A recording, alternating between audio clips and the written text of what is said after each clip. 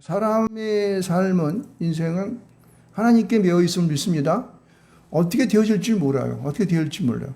제가 예레미야서를 쭉 읽으면서 이제 생각했던 것이 뭐냐면은, 여기 보면 예레미야가 하나님의 부름을 받고 그들에게 계속 얘기합니다. 야, 우리나라 망할 거야. 우리나라 이제 좀 있으면 여기 쳐들어와가지고 쫄딱 망해서 막 끌려가고 막 그럴 거야. 그 망한다고 하는 소리를 하니까 이 백성들이 뭐냐면, 야, 우리나라가 왜 망하냐? 우리나라 안 망해. 저런 봐가지고 막 저거 뭐 선지자라 그러면서 뭐 예언한답시고 와가지고 말이야 막 그냥 뭐 그런 소리나 해 듣고 막 그래서 또 이게 진보가 돼요. 뭐라 그러냐면은, 야, 우리나라 망하면은 너희들이 반항하지 말고 그들에게 항복해, 항복. 그러면 너희들 목숨 살려서 나중에 하나님께서 데려다가 거기서 잘 먹이고 입히고 성장시켜가지고 돌아오게 한대. 이렇게 얘기했거든. 그랬더니 거기서 이런 말아 진짜 안 되겠네 그래가지고 에레미야를 가둬가지고 막 그냥 이 땅구덩이에다 묻어가지고 목만 내려놓고 있고, 감옥 속에 지하 감옥에 가둬놓고 밥도 안 주고 그러다가 어떤 사람이 떡 던지면 부어 먹고 살고 그랬었어요. 그러니까 우리는요, 세상에 되어질 그런 갑작스러운 모든 일들에 대하여서 우리는 민감할 줄 믿습니다. 근데 중요한 것은 그 민감함에 대하여서 우리가 막 그냥 막 분을 내거나 그냥 뭐 제가 그런 편인데 막 그냥 어떤 제스처를 하는 것이 아니라 하나님이 우리 주신 말씀에 순복하여서 그 말씀을 따라가는 것이 복음인 줄 믿습니다. 왜요? 저는 요즘 되어진 모든 일을 보면서 이런 생각을 하게 돼요. 우리에게 이런 환경을 주시고 이런 어려움과 우리에게 이런 고통을 주는 것은 그만한 하나님의 뜻인 줄 믿습니다. 아멘. 이러한 믿음으로 하나님 앞에 순종하고 순복하는 그러한 우리의 이 자세가 있어야 된다는 거예요. 이게 믿음의 사람이에요. 이걸 뭐라 그러면은 말이야, 절대 그런 일 없어. 내 손에 장을 지신다. 이래가면서 하나님이 하는 일에 대해서 이 반목하고 나서게 되면은요, 이게 나중에는 교만함이 돼가지고 그것에 반대가 돼서 그 일을 그르치는 경우를 우리는 왕왕 볼 수가 있는 것입니다. 우리가 지난주에 봤던 우리 이사야라고 하는 이 선지자도 그렇지 않습니까? 이분도 그냥 그 어려운 시대를 맞아서 이제 하나님 앞에 이게 굉장히 오래 한 60년 정도의 기간 동안 그 예언하는 삶을 살아가면서 얼마나 힘들고 험난한 삶을 살았어요. 그렇지만 하나님께서 시대적으로 그 나라에 어려움이 있을 때에 너희 나라를 위해서 너는 희생하고 내가 그 일이 하나님 주신 말씀에 대해 순복하여 그 백성들에게 말씀을 전하라고 말합니다. 예언을 하라고 말씀하십니다. 그렇지만은 그는 처음에 하나님 앞에 주저주저하면서 나 같은 사람이 어떻게 하나님 앞에 말도 잘 못하는데 할 수 있어요? 그랬더니 제자의 숯불을 가져다가 천사가 입에다가 대가지고 그 입불을 제져가지고 하나님의 말씀을 전하는 자가 되게 한 것입니다. 여러분, 오늘의 우리의 모든 믿는 그리스도인 사람들은요, 우리가 할 말은 해야 돼. 그렇지만은 사회적인 모든 환경과 여건 속에서 하나님이 주신 환경은 우리가 어떻게 돼요? 승복하고 나갈 수 있습니다. 그래서 그 가운데 기도하면서 잘못된 것들은 우리가 이야기를 하고 올바른 소리를 해야 돼요. 그래서 고난과 고초가 우리에게 있습니다. 그렇죠? 왜요? 우리를 다루는, 우리에게 올바른 말을 하고 우리에게 또한 하나님의 복음의 말씀을 전하는 그런 곳 가운데는 필경 어려움과 고통과, 그렇죠? 그러한 하나님의 이 허락하시는 그런 하나님의 특별한 은혜가 있기 때문에 우리에게 그런 환경을 주신 거라고 믿습니다. 예, 바로 그런 것이에요. 이제 예레미야도, 이제 보면 이사야는 60년 정도의 이제 선지자의 생활을 했습니다. 근데 이 예레미야도 이제 유다보다 한 60년 정도 있다가 한 52년 정도의 그러한 긴 시간 동안에 이제 유다를 향한 그러한 시기적인 아주 선지자의 노릇을 하는데, 이 이사야 같은 경우는 이제 이스라엘이 바벨론에 멸망하기 훨씬 이전에 그러한 말씀에 대한 예언적인 삶을 살았어요. 근데 예레미야는 바로 이스라엘 백성들이 멸망하는 그런 시기에, 멸망하는 그 얼마 전의 시기에 선지자의 노릇을 했기 때문에 특별한 하나님의 메시지가 강하고, 그리고 그의 삶이 굉장히 고달프고 어려웠어요. 왜요? 사람들의 마음은 강박하여서 당시 이스라엘 사회를 보게 되면은 우상 숭배로 인해 가지고 나라가 전체적으로 이 사람들은 하나님을 믿는 사람들인지 안 믿는 사람들인지, 도대체 뭐 제사장이라든가 뭐 그 밖에 무슨 뭐 서기관이라든가 뭐 장로들 보면은 하는 짓거리 보면은 이거는 도리어 가난한 사람들을 억압해서 돈을 뺏어가고 말이에요. 그렇죠? 우상을 갖다 놓고 막 거기서 우상에다 절하고, 거기다 재물로 갖다 바치고 이런단 말이에요. 그러니까 사람들의 마음은 어떠한 환란의 시기가 올 때에는요, 굉장히 강팍해진 것을 볼 수가 있습니다. 사실은요, 이 말씀을 보면서 저는 우리나라 말씀, 그리고 세계에 돌아가는 정세를 이야기하지 않을 수가 없어요. 우리나라 같은 경우 보세요, 지금 이게 사람들의 마음이 전부 다 이게 지금 뭔가 모르는 주체하지 못하는 이 두려움 때문에 이게 덜덜 떨고 있어요. 왜냐하면 지금 요새 보세요. 어저께인가? 며칠 전인가? 그 이스라엘이 이란에 폭격한 거 아시죠? 그래가지고 지금 난리가 났어, 지금. 난리가 났어, 지금. 지금 우리가 말하는 제3차 세계대전이 언제 일어날까 그러는데 지금 일어난 거랑 마찬가지예요, 사실은요. 보세요. 러시아와 우크라이나 지금 막 싸움하고 있잖아요. 거기다가 지금 어떻게 이스라엘이 이란 폭격하고 이란이 또 이스라엘 폭격하고 하마 뭐 테헤란가 뭐 어디 뭐 폭격해가지고 난리가 또 났더라고.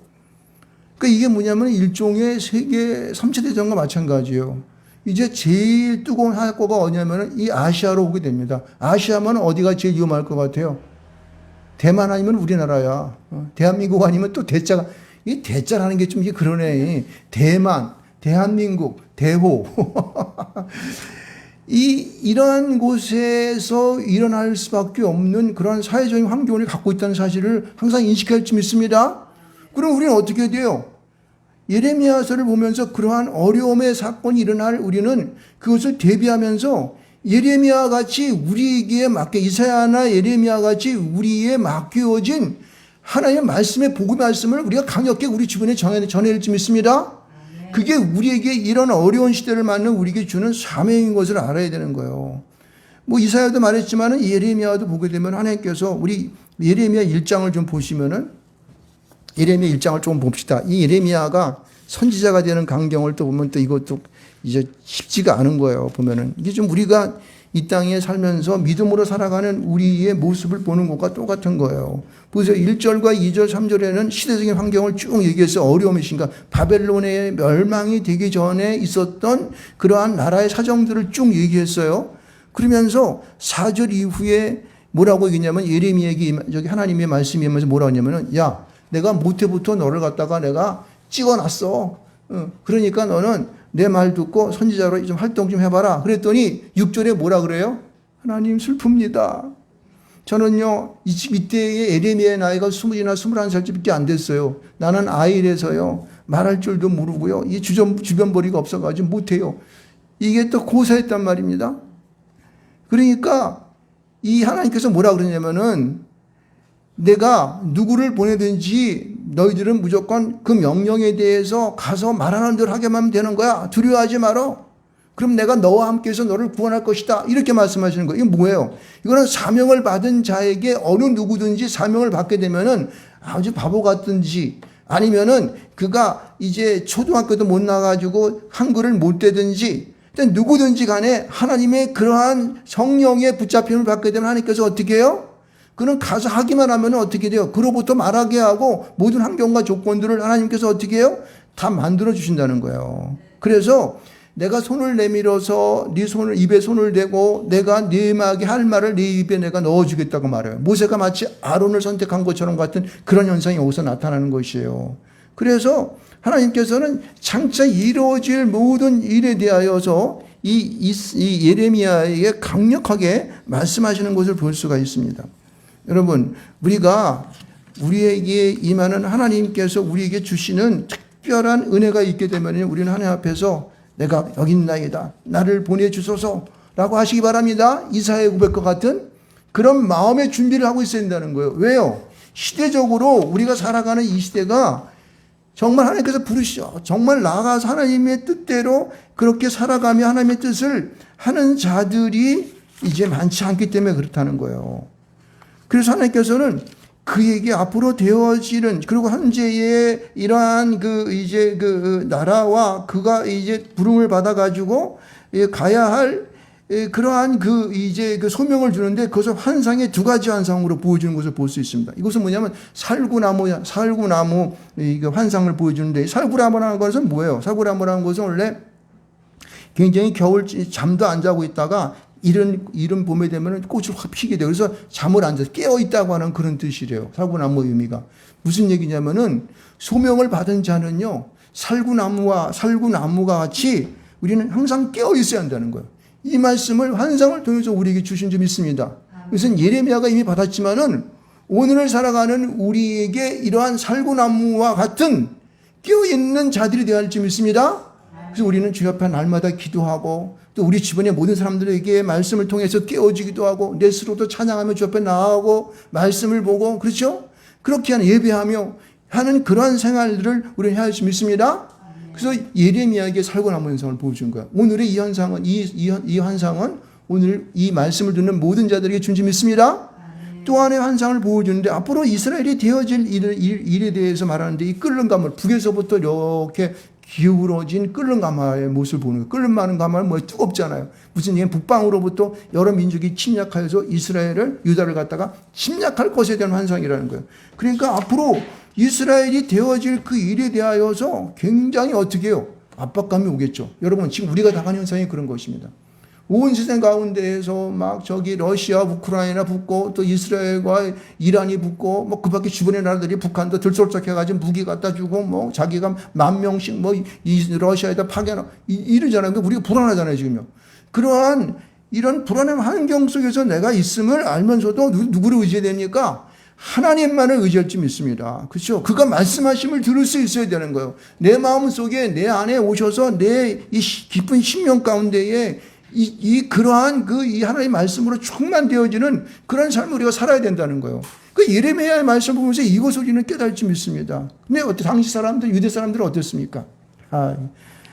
북이스라엘 멸망이 우리가 계속 말씀드리지만 BC 720년에 멸망했죠.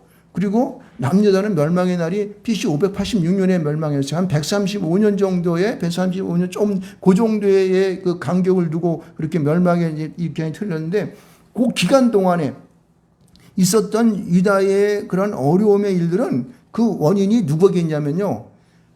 그 나라를 다스리는 지도자들이 있었습니다. 또 그리고 누가 있었습니까? 백성들도 마찬가지였어요. 왜 그렇습니까?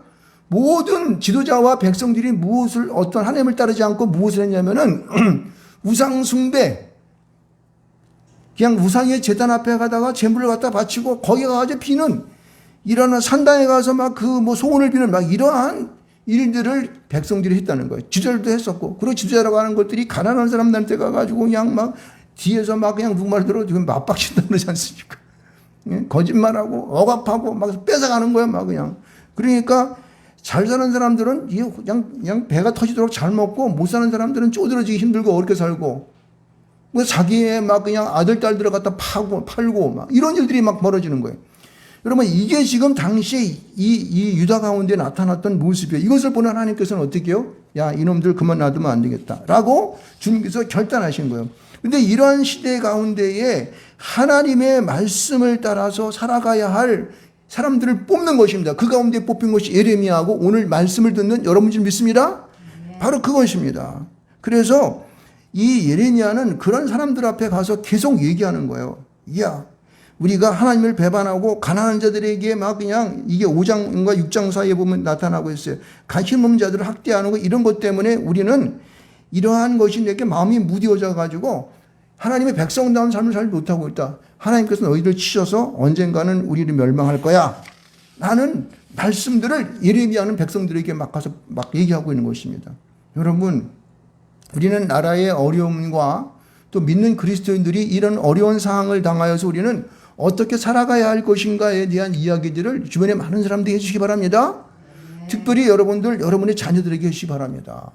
이 자녀들이 요새는요, 이 교육이 좀 이상해져가지고 그냥 우리는 자유대한민국 아닙니까? 근데 왜 공산사회주의, 막 종북주의자, 막 이런 사람들이 가가지고 그냥 막 교사해가지고 내 아이들을 갖다가 막 그냥 헷갈리게 만들지 않습니까? 그러니까 이런 것들을 우리는 얘기를 해줘야 돼요. 그래서 하나님을 믿는 사람들은 어떻게 살아가야 할지, 그리고 하나님의 심판은 어떠한 것인지, 이 땅 가운데 그렇게 살아가면 하나님의 심판은 필연적 나타날 것이다. 라고 하는 이 8장과 같은 말씀들을 여러분 해야 되는 거예요. 여러분, 이렇게 막 하자 사람들은 어떻게 하냐면 예레미야를 나중에 12장 가운데 보게 되면은 예레미야를 갖다가 막 죽이려고 그럽니다. 그래서 막 예레미야를 심판해가지고 막 그냥 멸망할 것을 계속 얘기하니까 막 죽이려고 하는 그런 일들이 벌어져요. 이럴 때에 여러분들 이제 하나님께서 13장 가운데 보여주는 비유가 있었습니다. 그게 뭐냐면은 썩은 배띠의 비유. 무슨 얘기냐면은 모든 사람들이 다 부패하여서 교만해지고 부패해가지고 타락해서 자기의 사명을 다하지 못하기 때문에 가죽띠 같이 튼튼한 벨트가 되어야 되는데 그게 되지 못해 어떻게 썩은 벨트가 되니까 썩은 허리띠가 되니까 어떻게 돼요? 쓸모가 없어졌다는 거예요. 여러분, 하나님의 백성들이 하나님의 복음이 없고 하나님의 명령에 순종하지 아니하고 또 그가 하나님 앞에 예배하지 아니하고 하나님의 뜻대로 기도하며 나가지 아니하면은 그는 썩은 벨트와 같은 썩은 배띠와 같은 그러한 허리띠가 되는 줄 믿습니다. 아무런 실적이 없는 것은 끊어서 내버리고 새로운 것을 찾아야 되는 거예요. 여러분, 지금 여기 이번 포도병의 비유가 나오는데 포도주의 병에 포도주가 꽉 찼어요. 이게 무슨 비유냐면은 하나님의 진노가 마치 그 포도주병에 술이 꽉 찬 것처럼 하나님의 진노가 가득 차서 이 심판의 때가 얼마 남지 않았다고 하는 것을 그들에게 말해주고 있는 것입니다. 여러분, 우리가 믿음으로 삽니다. 그리고 믿음으로 살지 않는 그런 자들이 있습니다. 분명히 알아야 되는 것은 하나님의 심판의 날이 얼마 남지 않은 줄 믿으시 바랍니다. 하나님의 진노 때는 우리에게 분명히 잘못하는 자들은 어떻게 해요? 초대를 쳐가지고 올바르게 하고자 하는 하나님의 역사인 줄 믿으시기 바랍니다. 우리는 그런 것을 두려워하면서 우리가 이 마지막 때를 살아가야 할 줄 믿습니다. 그래서 그런 자들에게 예레미야는 세 가지의 지적을 하고 있습니다. 첫 번째 뭐라고 했냐면은 너희들이 지금 교만한 가운데 있다. 그 교만을 갖다 버리고 하나님 앞에 회개해야 돼 라고 말해줘야 되는 거예요. 믿습니까? 여러분, 우리의 교만함을 깨닫고 하나님 앞에 회개할 수 있는 자가 하나님 앞에 온전해질 줄 믿습니다. 네. 여러분, 그리고 또 하나의 그러한 이제 두 번째의 경고를 하는데 뭐냐면 너희들은 나중에 이방에 끌려가가지고 그들에게 포로가 되어서 이방 가운데에서 너희들은 이제 포로가 되는 그런 신세로 살아갈 것이다 라고 하는 그런 교훈을 줍니다. 이 말을 들을 때 에이 그런 게 어딨어. 이 자식 우리나라가 어떤 하나님이 보호하시고 우리나라는 말이야 선민이기 때문에 끄떡없어. 네가 감히 그런 얘기를 해. 요따구로 자꾸만 반박하면서 교만한 마음을 갖고 있게 되면은 언젠가는 그는 그런 꼴을 당할 줄 믿습니다. 여러분, 회개하고 돌아올 때에 그런 어려움으로부터 벗어날 수가 있다고 하는 것입니다. 그렇죠? 그 다음에 여기 보게 되면은 그 세 번째는 이 사람들이 자기가 이 가지고 있는 그러한 그 습성으로부터 막 남을 갖다가 막 그냥 뭐 하는 거 그리고 또 뭐 고르반이라고 하는 그런 것들이든가 여러 가지의 그런 습관적인 것으로부터 여러분 벗어나지 못함으로 말미암아 하나님의 법으로부터 멀어지게 되는 거예요. 그래서 너희들은 언젠가 바벨론에게 심판을 당하고 수치를 당하게 될 거라고 하는 것을 강력하게 경고하는 것을 봅니다. 그래서 이러한 경고로 인하여서 그들에게 임하는 하나님의 진노의 역사는 그들에게 어떻게 해요? 그대로 임하게 되는 것이죠. 그들은 이러한 그 하나님의 그 말씀 앞에서 무릎을 꿇고 엎드림으로 말미암아 이러한 진노를 피해가야 할 텐데 그들은 그것을 행하지 못했습니다. 그러므로 그들은 결국은 어떻게 돼요? 나중에는 결국 망하게 되는 그러한 역사를 경험하는 것을 볼 수가 있습니다. 특별히 오늘 우리가 예레미야서 24장의 말씀을 읽었습니다. 예레미야 24장의 말씀을 보게 되면 이것은 두 강지리의 무화과 비유를 말하고 있는데 이 환상을 본 것이죠. 하나는 강주를 보니까 극히 좋은 그러한 이제 무화과가 막 이렇게 있습니다. 또 하나는 강주를 보니까 거기에는 나빠서 극히 먹을 수 없는 나쁜 무화과가 있어요. 뭐 좀 썩은 무화과겠죠. 이런 두 강지를 사람들 앞에 보여준 것이에요. 이게 무엇입니까?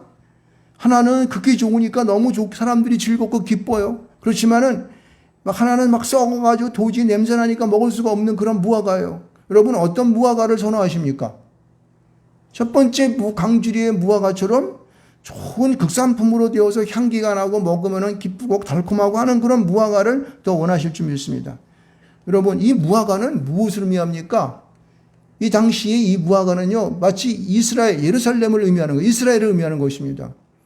무슨 얘기냐면 하나님께서 말씀하시고 하나님을 섬기는 자들을 섬기고 그 말씀에 명령하면 그걸 순복하여 나가는 자들은 극히 극상품의 무화과가 될 줄 믿습니다. 하나님 말씀하셔도 듣지 아니하고 자기의 고집대로하고 나는 예전부터 이렇게 해서 나는 이런 사람이야. 그걸 믿으려면 내 주먹을 믿으라. 뭐 절대 그런 것은 이 세상에 있을 수가 없는 일이야. 그 좋은 하나님이 우리에게 그런 일을 왜 할 수 있어? 라고 변명하며 하나님의 말씀에 순종하지 못하고 반대하고 거꾸로 나가는 모든 자들에게는 어떻게 해요? 하나님의 불발하게 떨지 믿습니다. 그래서 여기서 뭐라고 그러냐면은 극히 좋은 무화과처럼 너희들이 나중에 붙잡아가게 갈대 안에 포로가 가게 되게 되면은 내가 그들을 이 좋은 무화과처럼 그들을 잘 가꾸고 돌보아서 그들을 돌이키게 하고 하나님을 바라보게 하고 하나님을 믿게 해서 다시 너희의 나라로 돌려보낼 것이야. 그런데 내 말을 믿지 아니하고 반대하고 이방 나라로 이집트로 도망가고 그다음에 주변의 나라로 도망가서 있던 자들은 흩어져가지고 그냥 지질이 고생하다가 고통받고 그러다가 그들은 썩어버릴 거야. 완전히 그냥 환랑당해서 전염병으로 죽어버릴 거야. 멸져버릴 거야. 라고 하는 것이 여기 오늘 말씀인 것입니다. 무슨 말씀입니까? 여러분 이것은 당시 이스라엘 사람들에게 주는 그러한 하나님의 메시지가 아니라 하나님의 환상의 하나님의 그러한 비유의 말씀이 아니라 오늘 뭐예요? 오늘 이 대한민국 강에 살고 있는 우리들을 향한 말씀인지 믿으시기 바랍니다. 아멘. 하나님은 누차적으로 우리에게 하나님께서 귀한 말씀을 복의 말씀을 통하여 돌아오기를 원하셨고 우리의 양심과 우리가 이 땅에 어떻게 바른 정의로운 삶을 살 것인가 하나님의 뜻대로 사람을 살아갈 것인가 라고 말씀을 읽고 돌아오기를 원했지만은 많은 자들은 자기의 보기에 좋은 대로 먹기에 좋은 대로 자기가 행하기에 좋은 대로 고집대로 습관대로 이렇게 행하여서 다 빠져나갔습니다. 지금요. 우리나라가 결국 이렇게 돼가지고 결국 오늘에 이르게 될까지 된 것을 여러분 아시기를 좀 축원드리겠습니다. 아멘. 이것을 알고 우리는 하나님의 말씀하심에 귀를 기울여야 되는 거예요. 예배를 통하여 말씀을 통하여 그렇죠. 우리의 귀한 교제를 통해서 하나님의 뜻이 무엇인가를 분별하는 삶을 우리가 살아가야 된다고 하는 거예요. 특히 이 대한민국 땅에서 믿음을 갖고 있는 많은 교회들과 우리 믿는 그리스도인들은 이런 하나님의 말씀을 우리가 믿어야 되는 거예요. 많은 예언자를 통해서 어려움이 때가 온다. 믿는 사람들이 시련 때가 올 거야. 얼마 안 있으면 우리가 망할 수도 있어.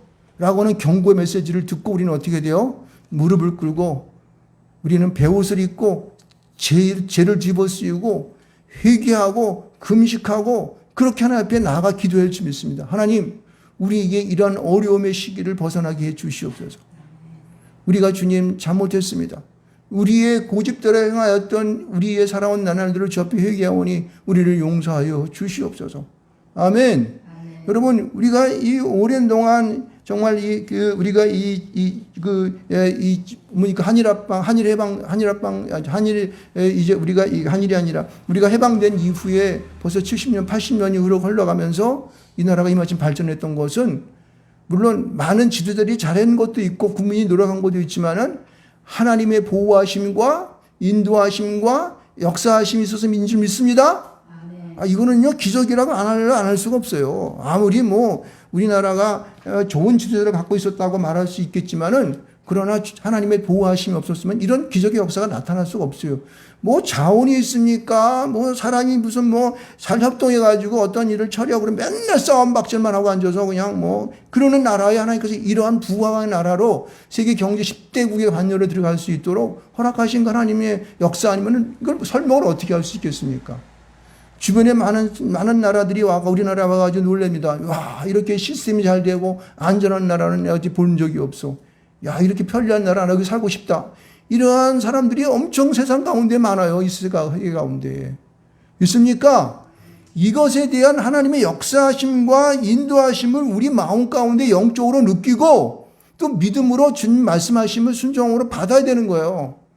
근데 뭐 우리가 그래도 고생도 많이 했고 뭐도 민주화운동도 어떻게 했고 뭐 무슨 나가서 새마을운동도 어떻게 했고 뭐도 어떻게 했고 했으니까 그러니까 됐지 뭐.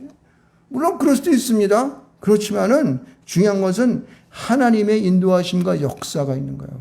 그렇죠? 우리의 기막힌 그 지지도 못 살가지고 보릿고개를 넘기려고 막 고통받았던 그런 시기를 이제 우리는 완전하게 탈피하고 도리어 주변의 나라를 도울 수 있는 강대한 나라가 되었지 않습니까? 믿습니까? 이것은 하나님의 돌보심이 있는 거예요. 그렇게 부흥되기 시작한 때에 우리나라에 뭐가 들어오냐면은 기독교가 이 땅 가운데 들어온 거예요. 그래서 사람들을 일깨우게 되고 우리가 하면 살아가야 할 길이 무엇인가를 알게 한 것입니다. 믿습니까? 그것은 마치 우리가 환상 가운데 보았던 이런 썩은 뱃띠를, 썩은 띠, 이 뱃띠 같은 걸 보여주고 기름가마를 갖다 북에서 기울어진 것을 보면서 회개할 줄 아는 백성들에게 주는 거예요, 여러분. 믿습니까? 이게 오늘 우리가 좋은 무화과를 우리가 이제 보는데 이것은 하나님 앞에 순종하고 그 말씀을 따라 믿음으로 살아가는 자들을 의미하는 것입니다. 그래서 우리가 최선을 다해서 우리에게 주어지는 이 삶들을 내가 마다하지 아니고 주님 내가 여기 있습니다. 예레미야와 같이 순복하면서 좀 고통당하고 어려움을 당하지만 그러나 하나님께서 구원하셔서 그런 하나님의 좋은 자리로 인도하실 것을 믿고 나가는 그런 자가 바로 뭐예요? 여기 보면 극히 좋은 무화과가 된 줄 믿으시기 바랍니다. 이런 어려운 시대 때에 우리가 이러한 믿음을 갖지 아니하고 독불장군식으로 나만 잘 먹고 살면 되는 거지 뭐 내가 하는 게 그래도 옳지 지가 뭔데 너는 너 마음대로 할래? 막 이러면서 서로 막 반복하고 싸움하게 되면 어떻게 돼요? 망하는 거예요, 망하는 거. 이 조그만 나라에서 말이에요. 여기 보면은 뭐 요새는 우리가 그 철로도 기차도 그냥 굉장히 빨라가지고 2시간이면 부산까지 내려갑니다. 그러니까 서울에서 부산까지 2시간 되고 강주까지도 1시간, 2시간 안 되는 그런 시간 동안에 흉 내려갈 수 있는 게 얼마 안 되는 이 땅덩어리 속에서 우리가 어떻게 하면은 우리가 존재하고 하나님 앞에서 올바른 백성으로 살아갈 것인가를 우리는 어떻게 해요? 믿음으로 받아야 되는 거예요. 하나님 말씀하시는 것이 무엇인가를 우리는 귀를 기울여야 되는 거예요. 왜요? 이제까지 우리의 이 대한민국은 그렇게 해서 발전이 왔어요. 믿음이 많은 선진들이 자기가 희생하고 기도하고 그리고 많은 일들로 인하여서 하나님의 순종함을 통해서 나아갔을 때에 이 나라는 우리도 모르는 사이에 돕는 손길이 많아지게 되었고 미국이라고 하는 나라 그리고 주변에 우리가 6.25 때는 많은 나라 16개국이 참전해서 우리나라에서 목숨을 바쳤지 않습니까? 이런 돕는 손길이 우리 가운데 있을 줄 믿습니다.